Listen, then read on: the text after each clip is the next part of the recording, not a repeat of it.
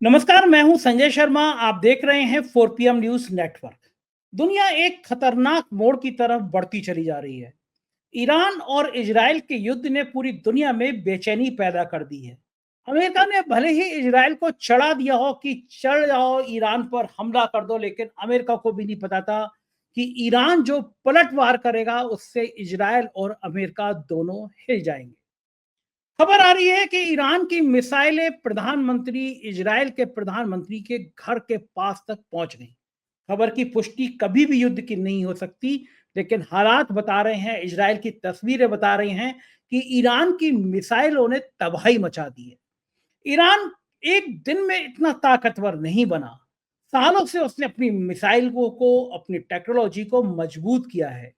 America जो दुनिया भर में अपने हथियार बेचने के लिए बदनाम है, वो हर मुल्क को इस तरह लड़ा के शांति दूत बनना चाहता है।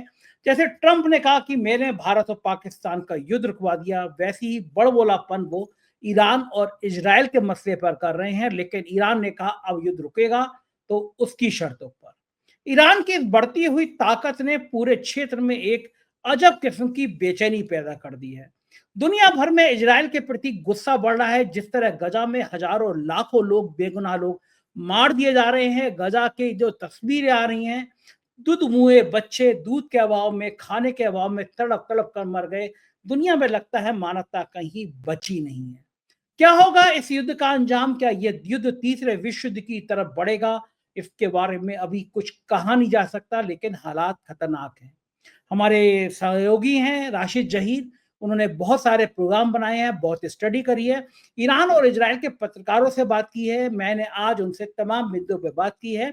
मैं आपको लेके चलता हूँ राशिद जहीर के पास। आपसे अनुरोध करूंगा कि उनकी बात सुनने से पहले चैनल को सब्सक्राइब और ज्वाइन कर लें। चलते हैं राशिद जी के पास। राशिद भाई, ईरान और इजराइल के युद्ध ने पूरी दुनिया को चिंता में डाल दिया है। आपने बहुत स्टडी करी है इस युद्ध के बारे में। आपने 4 PM पर कई वीडियो भी बनाए हैं और आपने ईरान और इजराइल के कुछ पत्रकारों से बात भी की है। जो हमला किया था इजराइल ने, और कहा जाता है कि अमेरिका की ताकत पर किया था, तो शायद उसे सपने में भी उम्मीद नहीं थी कि ईरान एक इतनी बड़ी ताकत के रूप में उभर जाएगा। लेकिन अब लग रहा है कि अब युद्ध खत्म होगा तो वो ईरान की शर्तों पर खत्म होगा। ईरान की मिसाइलें इजराइल के प्रधानमंत्री के घर तक पहुंच गई हैं, ऐसी चर्चा है। युद्ध के बीच में ऐसी खबरों की पुष्टि तो कोई नहीं कर सकता, क्योंकि भक्त मंडली जो है वो कह रही है इजराइल ने ईरान को तबाह कर दिया, और जो निष्पक्ष पत्रकार है वो कह रहे हैं ईरान ने इजराइल पर विजय पा ली, एक तरह की विजय पा ली, अमेरिका के दांत खट्टे कर दिए। मेरा सवाल ये है कि एक खतरनाक बात यह आ रही है कि जब ईरान पर हमला किया गया तो ये माना गया कि उसके न्यूक्लियर ठिकानों पर हमला किया, और रेडिएशन जो वहां से निकलेगा तो वो आम नागरिकों को और बहुत बड़ी संख्या में पर्यावरण को नुकसान पहुंचाएगा। आपको क्या लग रहा है ये युद्ध अब कहाँ तक जाएगा? इस युद्ध की अंतिम सूची क्या होगी? कौन जीतेगा, कौन हारेगा? और इजराइल ने ये हमला आखिर क्यों किया? क्योंकि अगर वो ये कह रहा है कि ईरान न्यूक्लियर पावर बन रहा था, एटम बम बना रहा था, तो इस तरह के आरोप इराक पर भी लगे थे। अमेरिका ने कहा इराक इराक खतरनाक रासायनिक हथियार बना रहा है, और लाखों लोग जब मर गए इराक में तो पता चला ये बात झूठी थी, वहां के तेल पर कब्जा करना था। इस युद्ध को आप क्या नजरिए से देखते हैं? आपने जो स्टडी करी है वो क्या बताती है कि ईरान की इतनी ताकत को आंकने में क्या इजराइल चूक गया, और अब क्या होने वाला है? राशिद जी।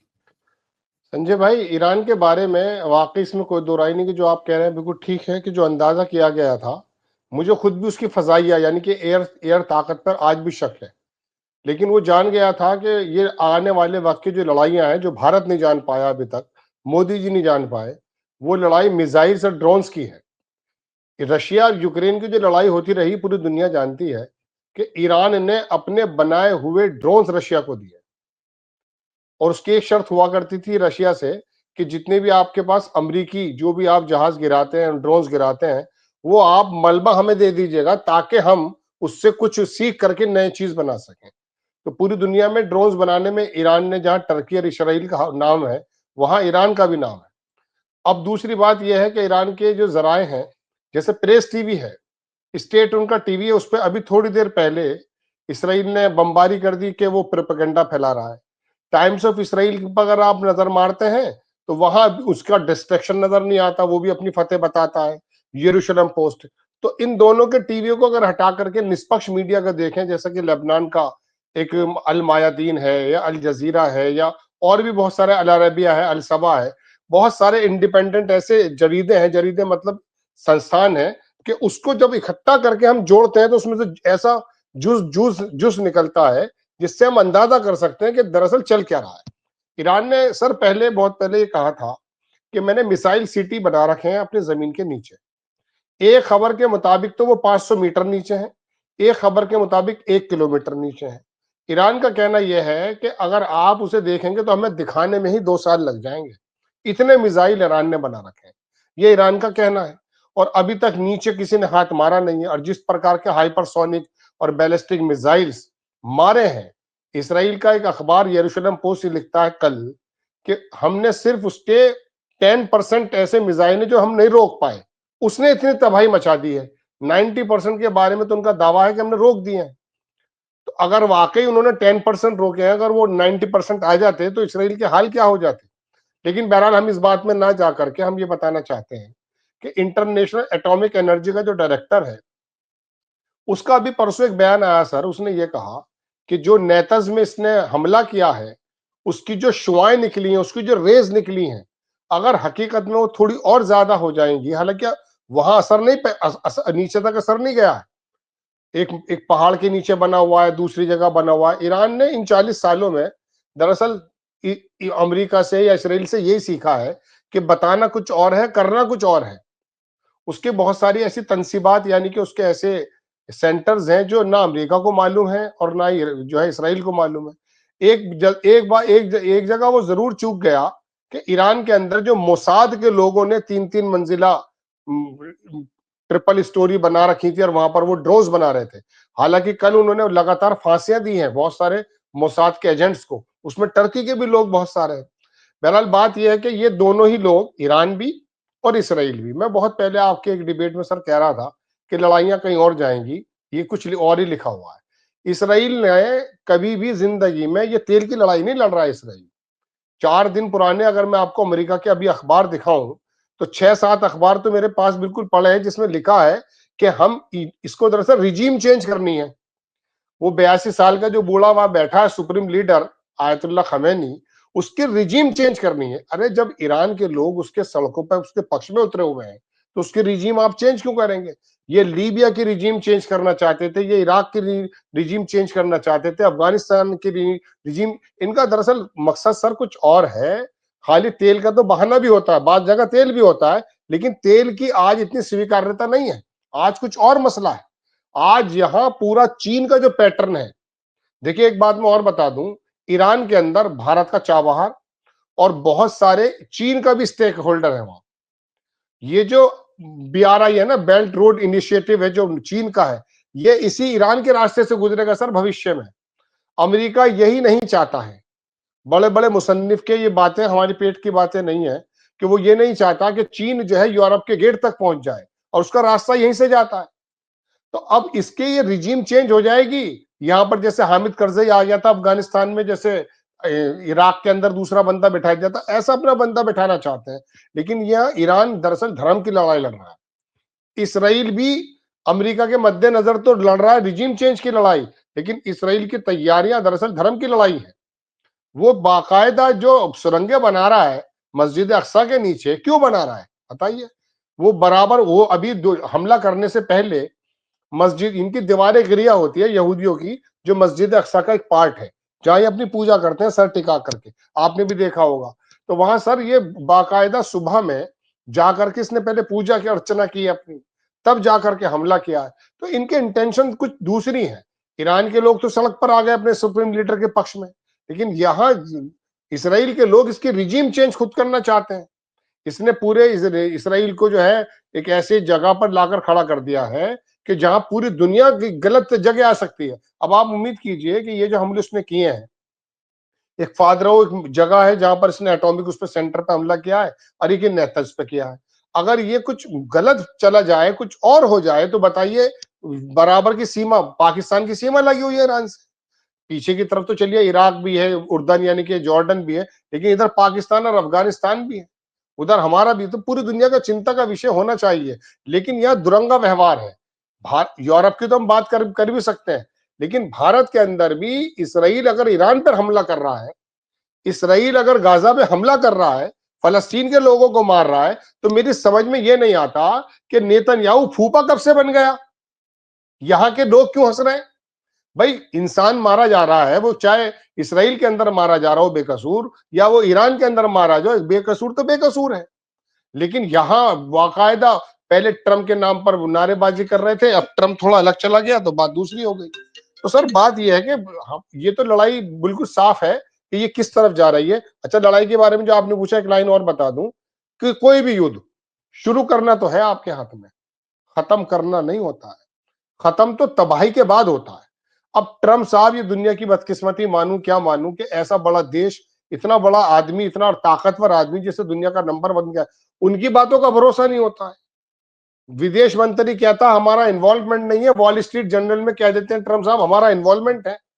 अब आकर के जब पुतिन ने बात की है परसों, बड़े सख्त अल्फाज में, दुनिया की निगाह उस तरह गई नहीं है। पुतिन ने एक ऐसी धमकी आमेज बात की है और ये कहा है, ये भी मैं आपको बता दूं, टास एक रशिया का अखबार है टास, उसमें ये लिखा है कि हमने ट्रम्प से बात करते समय ये कह दिया था कि एज इट इज, जो बात हम कर रहे हैं यही आपको छापनी है, वरना हम छाप देंगे। और बिल्कुल सेम सर वही छापी गई है। पुतिन ने बिल्कुल धमकी आमेज में कहा कि इसको रोका जाए। उसके बाद फिर उन्होंने कहा कि नहीं, हम लोग बात भी कर सकते हैं, वरना 24 घंटे पहले तो जो है ट्रम्प साहब की ट्यून बिल्कुल बदली हुई थी ईरान के मद्देनजर, हम ये कर देंगे, हम तबाह कर देंगे ईरान की सभ्यता, उसको हम खत्म करके रख देंगे। तो ये पूरी दुनिया देख रही है कि किस मुहाने पर जा रहा है। जी बिल्कुल ठीक कह रहे हैं। और मैं इस बात से बड़ा हैरान हूँ जो आपने मुद्दा उठाया, गजा में जिस तरह हजारों बच्चे दवाओं के, दूध के, खाने पीने की चीजों के अभाव में दम तोड़ रहे थे, मानवता दम तोड़ रही थी, सब खामोश थे। लेकिन जब गजा में युद्ध विराम की बात आई तो भारत ने समझौते पे हस्ताक्षर नहीं किए। ईरान बहुत करीबी देश रहा है भारत का, वहां की मान्यताएं, परंपराएं भारत से जुड़ी रही हैं। भारत के शिया मुसलमान तो आमतौर पे सत्ता पक्ष के समर्थित भी रहे हैं। आप लखनऊ का उदाहरण देख लीजिए, राजनाथ सिंह को शिया हमेशा वोट करते रहे, बीजेपी को वोट करते रहे। पूरे देश में शियाओं का झुकाव रहा है, अटल बिहारी वाजपेयी को वो सपोर्ट किया है। और भारत की परंपराओं से बहुत करीब रहा है ईरान। लेकिन इस मौके पर भारत एक बड़ी पहल से, जब उसने गजा में युद्ध विराम के समझौते पे अब्सेंट हो गया, वो ईरान इजराइल के मामले में वो तय नहीं कर पा रहा।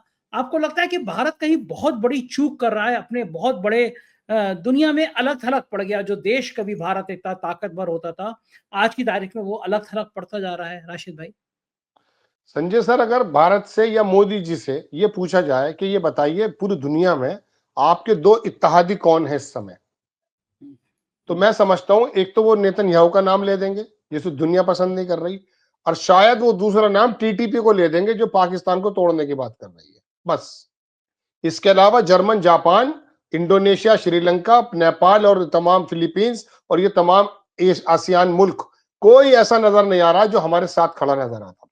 हमारी विदेश नीति, मैं आपको सच बता रहा हूं, जब ये जयशंकर साहब का नाम आया तो मैं इनको पहले से जानता था, क्योंकि इन्होंने चीन में बहुत अच्छा सर्व किया, अमेरिका में सर्व किया है। तो मुझे खुशी हुई कि एक ऐसा पढ़ा लिखा व्यक्ति हमारी विदेश नीति को बताएगा जो नटवर सिंह याद आ जाएंगे किसी जमाने के। लेकिन यकीन मानिए सर, मुझे इतनी निराशा भी, देश के लोगों को निराशा हुई कि आज पता ही नहीं चल रहा है कि हमारी कूटनीति है क्या। मैं अपने आसपास के मुल्कों की अगर बात करूं, कोई हमारे पक्ष में नहीं है। यूनुस की नजरें बदली हुई हैं। चीन की तो बात छोड़ दीजिए, ईरान हमारे पक्ष की बात करने आया था, वहां का विदेश मंत्री जब यहां आने की बात कर रहा तो उसको शुरू में तो मना कर दिया गया, उसको गालियां दी गई हैं। अरे ईरान तुमसे बात कर रहा है, हमारी पुरानी बातें रही हैं, हमारे लिए बोला है, हमारा स्टेक है वहां पर लगा हुआ, हमें उस समय तेल मिल रहा था। देखिए इसमें कोई दो राय नहीं है कि एक बार एक काम मोदी जी का भी अच्छा है, जब अमेरिका ने कहा कि तेल मत लेना रशिया से, तो हमने ईरान से भी लिया, हमने रशिया से भी तेल लिया, क्योंकि सस्ता मिल रहा था। बस ये एक चीज ऐसी लगती है जो मुझे लगा कि सीधी हड्डी से काम हुआ है, रीढ़ की हड्डी की दिखाई गई है। इसके अलावा पूरी दुनिया के अंदर अगर आप देखेंगे तो कूटनीति के मद्देनजर हमारी विदेश नीतियां ऐसी हो चुकी हैं कि अभी शंघाई कॉपरेशन के अंदर सर बाहर हो गए। यूएनओ के अंदर से, अरे क्या पूरी दुनिया एक तरफ है, 193 मुल्कों में 149 मुल्क जिस बात को कह रहे हैं, क्या हम कह नहीं सकते?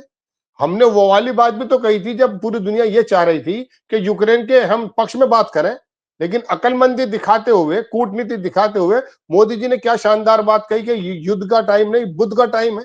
अरे ऐसी बात आप अब भी कह सकते थे, लेकिन आपको लगा अमेरिका नाराज ना हो जाए, शंघाई कॉपरेशन से लेकिन आप बार बार। लेकिन लेकिन उस वाले मामले में भी वो यूक्रेन में जाके जेलेंस्की से गले मिल लिए और बाद में रूस से भी नाराज कर बैठे। ना माया मिली और ना राम, ना रूस हाँ, खुश हुआ शुरू में और ना यूक्रेन, बाद ना में ऐसा भी रूस हुआ जो आप हुआ, कह रहे हैं, सही बात है। ना यूक्रेन में हुआ। असल में ये जो ढुलमुल नीति है ना, मुझे लगता है राशिद भाई, ये भारत की ढुलमुल नीति भारत को बहुत नुकसान पहुंचा रही है। पाकिस्तान के साथ जो झड़पें हुई, उससे पाकिस्तान की ताकत को के संग में कौन कौन देश खड़ा हुआ, ये किसी से छुपा है क्या? चीन, टर्की जैसे देश खुल के आ गए। रशिया ने, हमारा हमेशा दोस्त था, उसने पाकिस्तान के साथ जाके बड़ा व्यापारिक समझौता कर लिया झड़प के बाद। अमेरिका ने उनको एक बहुत बड़ी मदद, करोड़ों अरबों रुपए की मदद दे दी। हमारे साथ कौन था? हमारे साथ तो इजराइल भी खुल के ये नहीं कह पाया कि हम भारत के साथ हैं। हम भले ही आज वो न्यूट्रल होके बैठ रहे हो, हमारे साथ कौन था? तो ये कहीं ना कहीं मोदी जी का जो 56 इंच का सीना था वो केवल दिखावटी हो गया।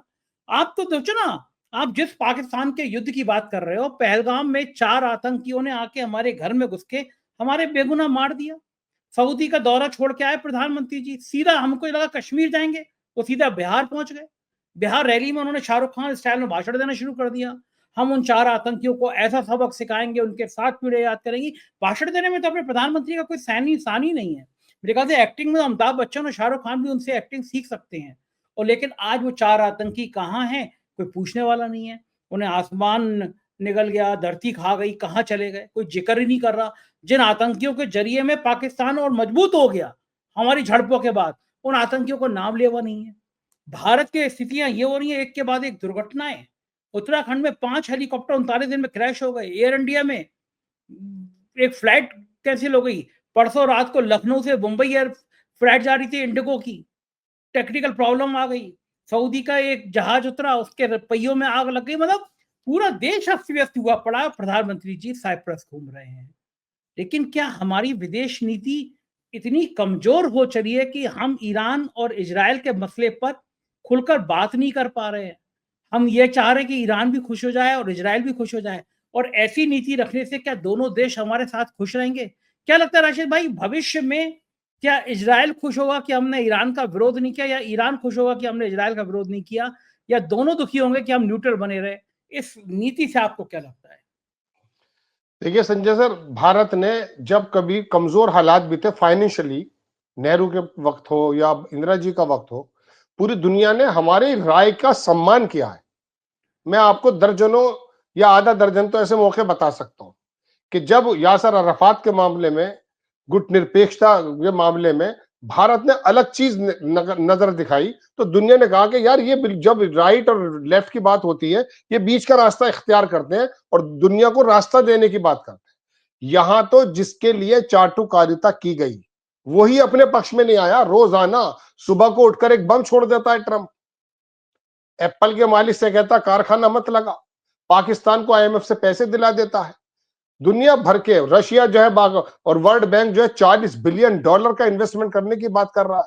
पाकिस्तान की रिजीम को मैं इतनी घटिया रिजीम मानता हूं आज भी, लेकिन उनकी सिफारतकारी, उनकी विदेश नीति, मैं यहां बैठकर कह रहा हूं आपसे बात, हो सकता है बहुत लोगों को बुरी लग जाए, लेकिन मैं बता ही रहा हूं आपको कि वो फकिट्टा मुल्क जिसके बारे में आप ये पूरी गोदी मीडिया के चैनल 800 रुपए का आटा बता रहे थे, 800 रुपए किलो का आटा, पानी नहीं है, मर गया, कपड़े नहीं है, उसने पूरी दुनिया के अंदर दिखाया है।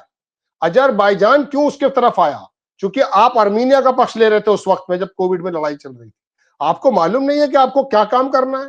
यूनुस को बुला करके अपने प्राइवेट जहाज में शी जिनपिंग बुलाते हैं और बुलाने के बाद कहते हैं कि आपको यह काम करना है, और उसने कहा वे ऑफ बंगाल मेरे कब्जे में है। सिलीगुड़ी कॉरिडोर के बारे में जो बात कहकर आया, आपका बंगाल, आपका जो है श्रीलंका, नेपाल, पाकिस्तान, ईरान, ये मैंने अभी आपको शुरुआत में कहा, कोई मुल्क आप उंगली नहीं रख सकते हैं कि जिसमें आप ये कह दें कि साहब ये हमारे पक्ष का आदमी है, हमारे पक्ष में बोलेगा। और पाकिस्तान ने साध लिया सबको।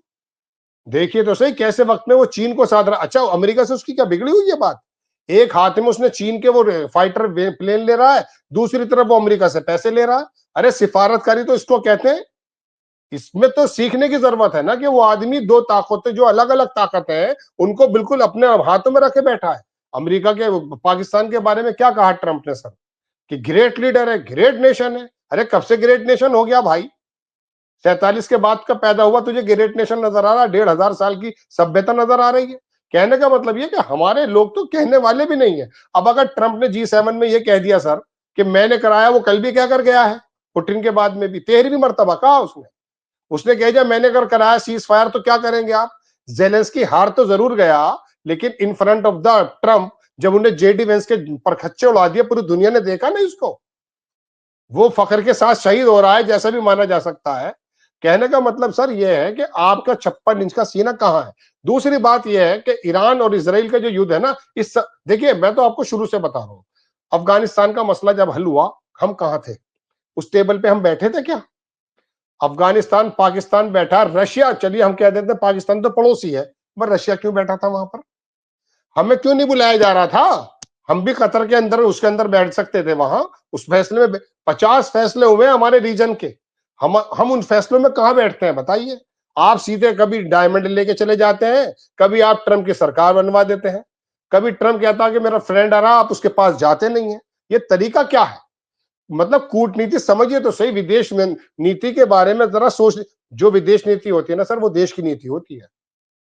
बड़े बड़े लोगों का यही कहना है। लेकिन आपको ये, आप साइप्रस गए, जरा मुझे बताइए, 9.5 लाख आदमी है वहां, 135 बिलियन डॉलर की उसकी इकोनॉमी है, उसके अंदर कोई कारखाना नहीं है, कोई फैक्ट्री नहीं है। वहां पर आप डायस्पोरा को संबोधित करने गए थे, वो गले के अंदर जो पहन के आए हो वही करने गए थे। अच्छा क्रोएशिया क्यों गए? और क्रोएशिया के बारे में सर क्या कह रहे हैं कि पहली बार भारत का कोई प्रधानमंत्री वहां जा रहा है। अरे 91 में बना है भाई क्रोएशिया, युगोस्लाविया से कट करके। आपका क्या ताल्लुक है? युगोस्लाविया में पहले जा चुके हैं भारत के प्रधानमंत्री भी और दूसरे लोग भी। आप बता रहे नया का, अच्छा चलिए वहां क्यों जा रहे हैं आप? उसमें क्या रखा है?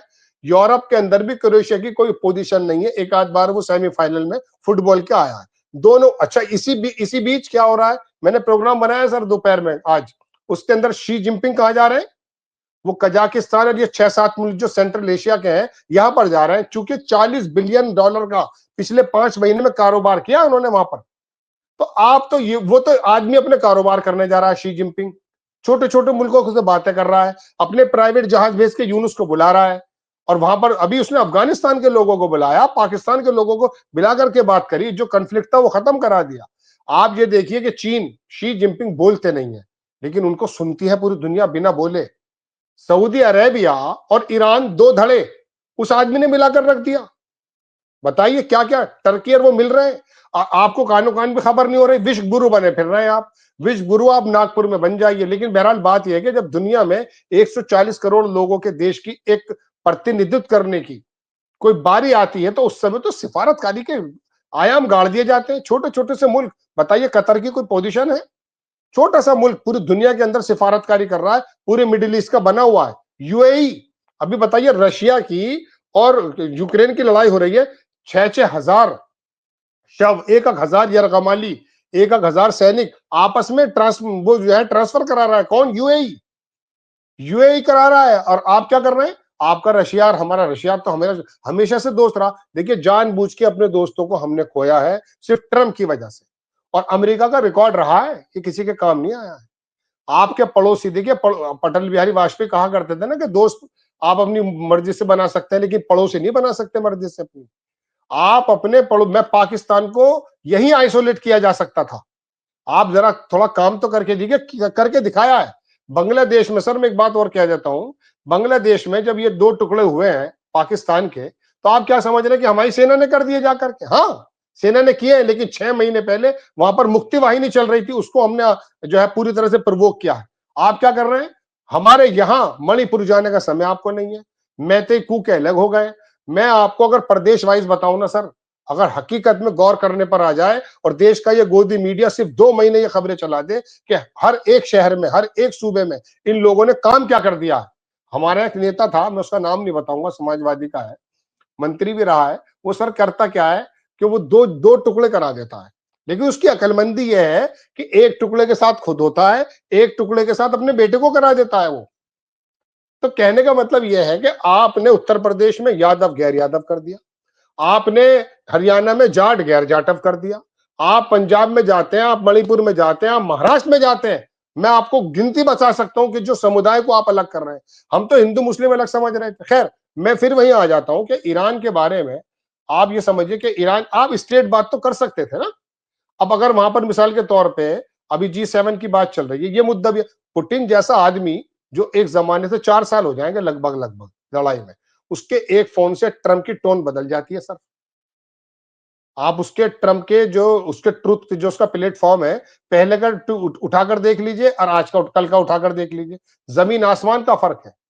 उसने वाकई ईरान से फिर बात शुरू कर दी है कि आपको इसमें जो है फैसला होना चाहिए। अब फैसला अगर करने की बात है तो आप भी तो दिखाइए ना अपनी कुछ रीढ़ की हड्डी। आप जो है कभी शपथ क्या कहते हैं वो शपथ समारोह में आपके लिए इनविटेशन चाहिए। भाई ऐसी जगह देखिए, मैं सर एक बात कहता हूँ, अभी एक अफ्रीका का एक नेता उभरा है, उसका नाम है इब्राहिम तुरारे। मैं बल्कि प्रोग्राम भी बनाऊंगा। वो जरा सा आदमी, उसका बाप कभी सोने की खान में काम करता था, सोने की खान में मरा। अब उसके बाद सर क्या हुआ, उस आदमी को जब ट्रम्प साहब ने बुलाया, उसने कहा मैं तो नहीं आ रहा, धमकी दे दी, उसने कहा पूरा अफ्रीका साथ आ जाएगा। और जब सऊदी अरब से बात हुई, रशिया की तरफ गया, तो मैंने बोला मैं अपने सिविल प्लेन में आधे पैसे देकर के चीन से एक प्लेन लिया, उन लोगों ने एक ही प्लेन लिया उसका, उन्होंने रशिया ने भेजा, फिर वो वहां गया, फिर पुतिन उससे मिला। तो रीढ़ की हड्डी तो दिखाई जाती है। उसने कहा मेरा सोना मेरा है, मेरा सोना मेरा है, फ्रांस का नहीं है।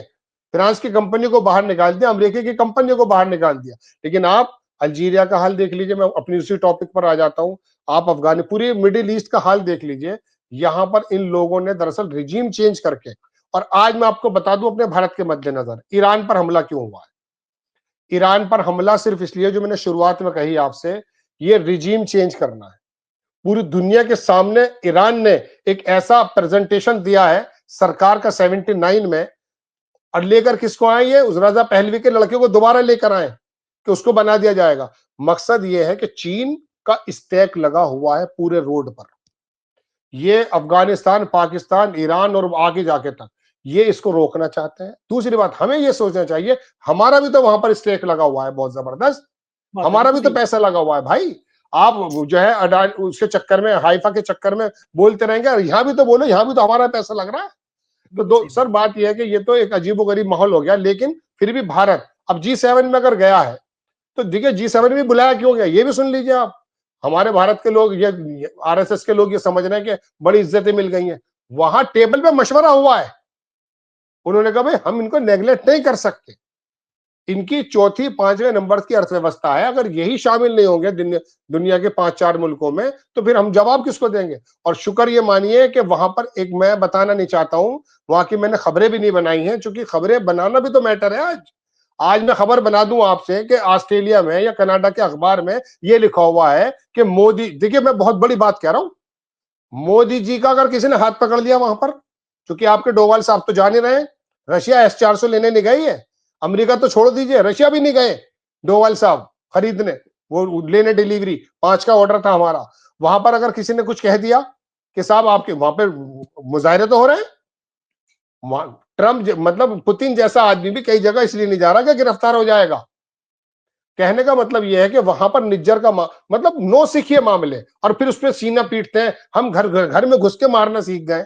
अरे शी जिनपिंग से सीखो कुछ, और पुतिन से सीखो कुछ, जब बोलते हैं तो दुनिया सुनती है। जी सर। बिल्कुल ठीक बात है, यही हालात हैं और हालात दिन पर दिन विषम होते जा रहे हैं। हम तो यही कामना करेंगे कि दुनिया अब युद्ध की तरफ नहीं, बुद्ध की तरफ देखे। बहुत बहुत शुक्रिया राशिद भाई, आपने समय दिया, थैंक यू। सुना आपने, ये थे राशिद जहीर। तार्किक दृष्टि से बात कर रहे तो कह रहे थे कि अमेरिका बस सिर्फ ये चाहता है कि देश का शासक उसकी मर्जी का हो, उसके इशारों पर चलने वाला हो। लेकिन अब दुनिया पलट के अमेरिका को जवाब दे रही है। हर कोई भारत की तरह नहीं होता जो अपनी बेइज्जती पर खामोश बैठा है। उसके नागरिकों को हथकड़ी और बेड़ी लगा के वापस किया जा रहा है, पर भारत कुछ नहीं कह पा रहा। क्या होगा अंजाम कहना मुश्किल है, लेकिन हम फिर कहेंगे कि दुनिया को अब युद्ध की नहीं, बुद्ध की जरूरत है। आप क्या सोचते हैं इस बारे में, कमेंट जरूर कीजिएगा। शुक्रिया, थैंक यू।